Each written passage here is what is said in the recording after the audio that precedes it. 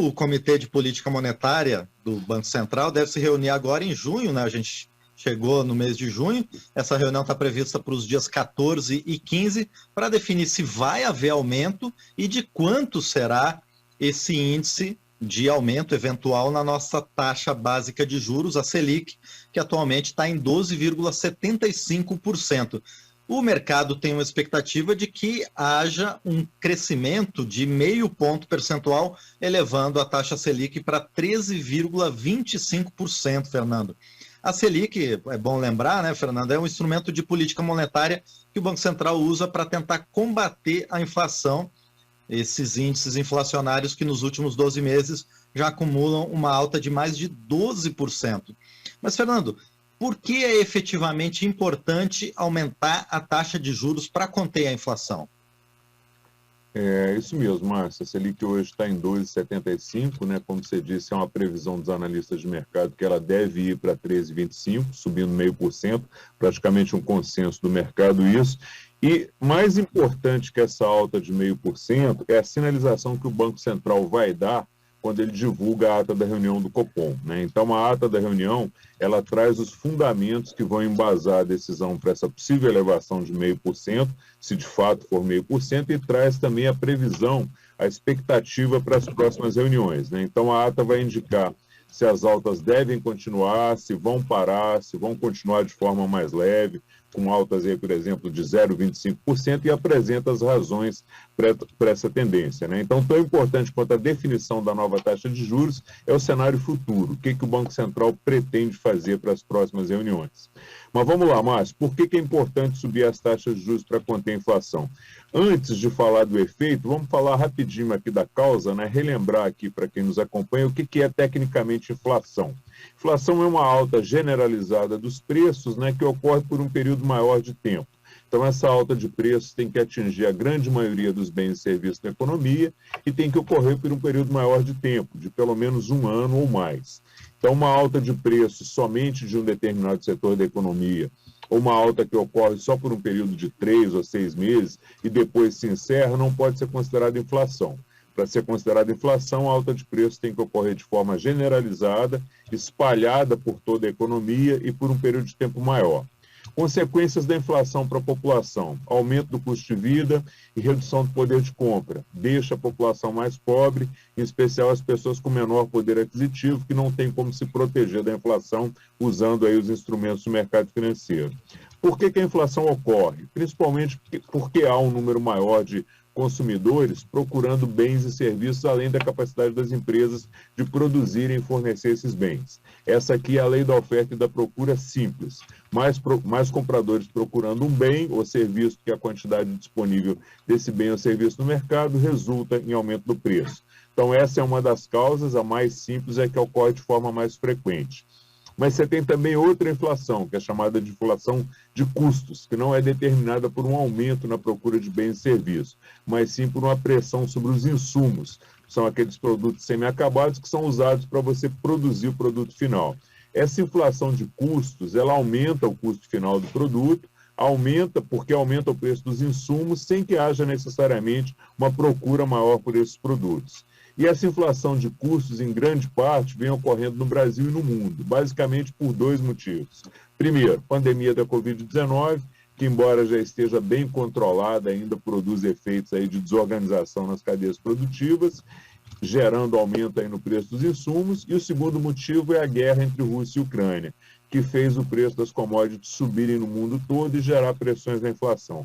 Commodities aí, para relembrar também, são aqueles produtos que são comercializados no mundo todo e que têm o mesmo preço, a mesma cotação, como o barril de petróleo, alimentos, aço. Então, todos esses produtos subiram com a guerra e impactam a inflação aí de todos os países de forma geral, gerando essa inflação de custos.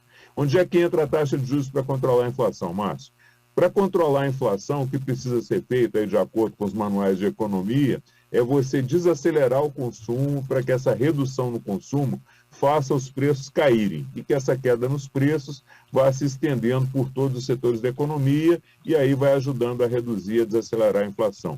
Como é que você desestimula o consumo? Subindo os juros, basicamente por dois motivos. Primeiro é que com a taxa de juros mais alta, você estimula as famílias que têm renda extra a não consumir essa renda extra e a não comprar bens e serviços, para aplicar esses recursos aí no mercado financeiro e ganhar mais com juros mais altos. Essa queda de consumo vai levar à redução de preços, que a gente falou, e essa redução de preços vai ajudar a desacelerar a inflação.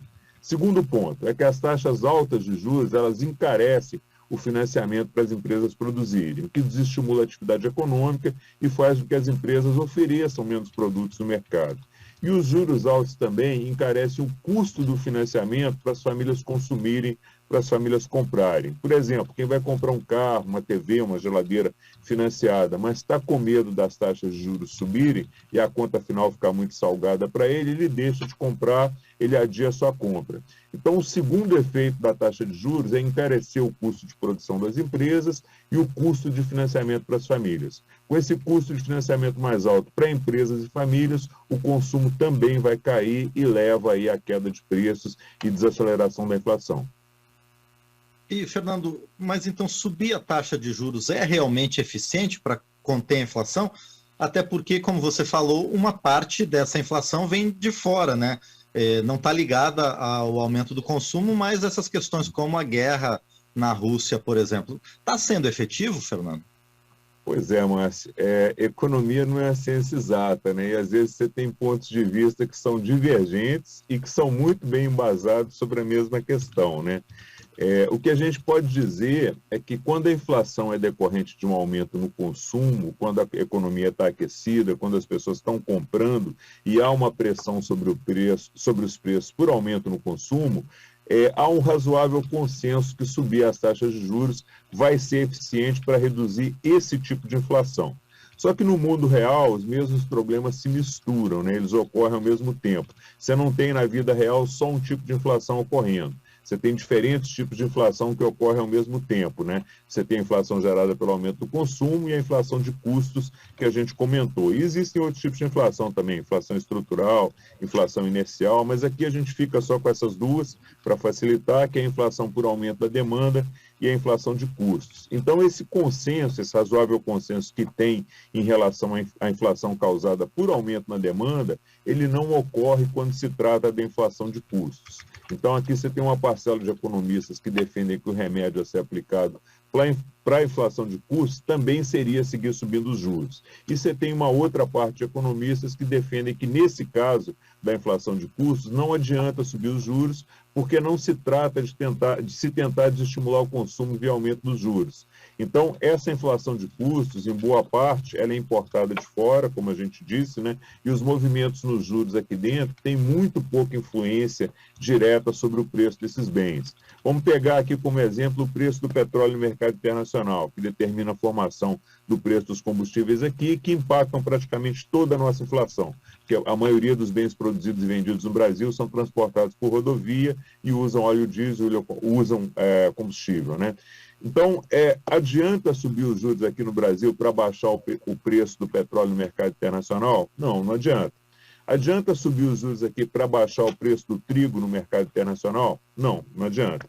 Então, em relação ao preço do dólar, que é uma terceira variável externa, adianta subir os juros para mexer no dólar? Aqui a gente pode até dizer que tem uma certa influência, né? Subindo os juros, você pode incentivar os investidores a virem para cá, para lucrar com as taxas de juros altas aqui, aí eles compram dólares, acabam reduzindo o preço do dólar, e isso ajuda a combater a inflação. Só que o preço do dólar não é formado só por investidores que vêm para investir no mercado financeiro aqui. O preço final do dólar é formado pelo resultado líquido entre exportações e importações, pelas remessas ao exterior que brasileiros fazem, pelas remessas para o Brasil que estrangeiros fazem, e principalmente por como os Estados Unidos vão agir em relação à taxa de juros deles, né? A gente já comentou isso aqui em outros programas. Quando os Estados Unidos sobem os juros, grande parte dos investidores vão para lá.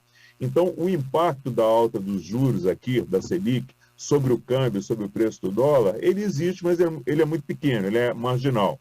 Então, há um embasamento muito bom em se dizer, em se defender que subir os juros não ajuda muito a desacelerar, a reduzir a inflação de custos. Só que a inflação de custos não ocorre sozinha, ela ocorre junto com a inflação por demanda e com outros tipos de inflação também, e aí o Banco Central tem optado por aplicar o mesmo remédio, que é o único que Banco Central tem, que é subir os juros aí. E por fim, Márcio, só para lembrar um outro ponto, onde aí sim a gente tem um consenso entre a maioria dos economistas. Taxas de juros altas dificultam o crescimento econômico, inibem produção, inibem consumo e não deixam o país crescer e gerar empregos. Então, quanto antes a Selic entrar em trajetória de queda, melhor é para o país, melhor para a economia, melhor para todo mundo. Agora, quando é que o Banco Central vai iniciar esse movimento de mudança no rumo da política monetária, de mudar a tendência de alta para baixa de juros, a gente ainda não tem como dizer, porque isso vai depender de como a inflação vai seguir se comportando.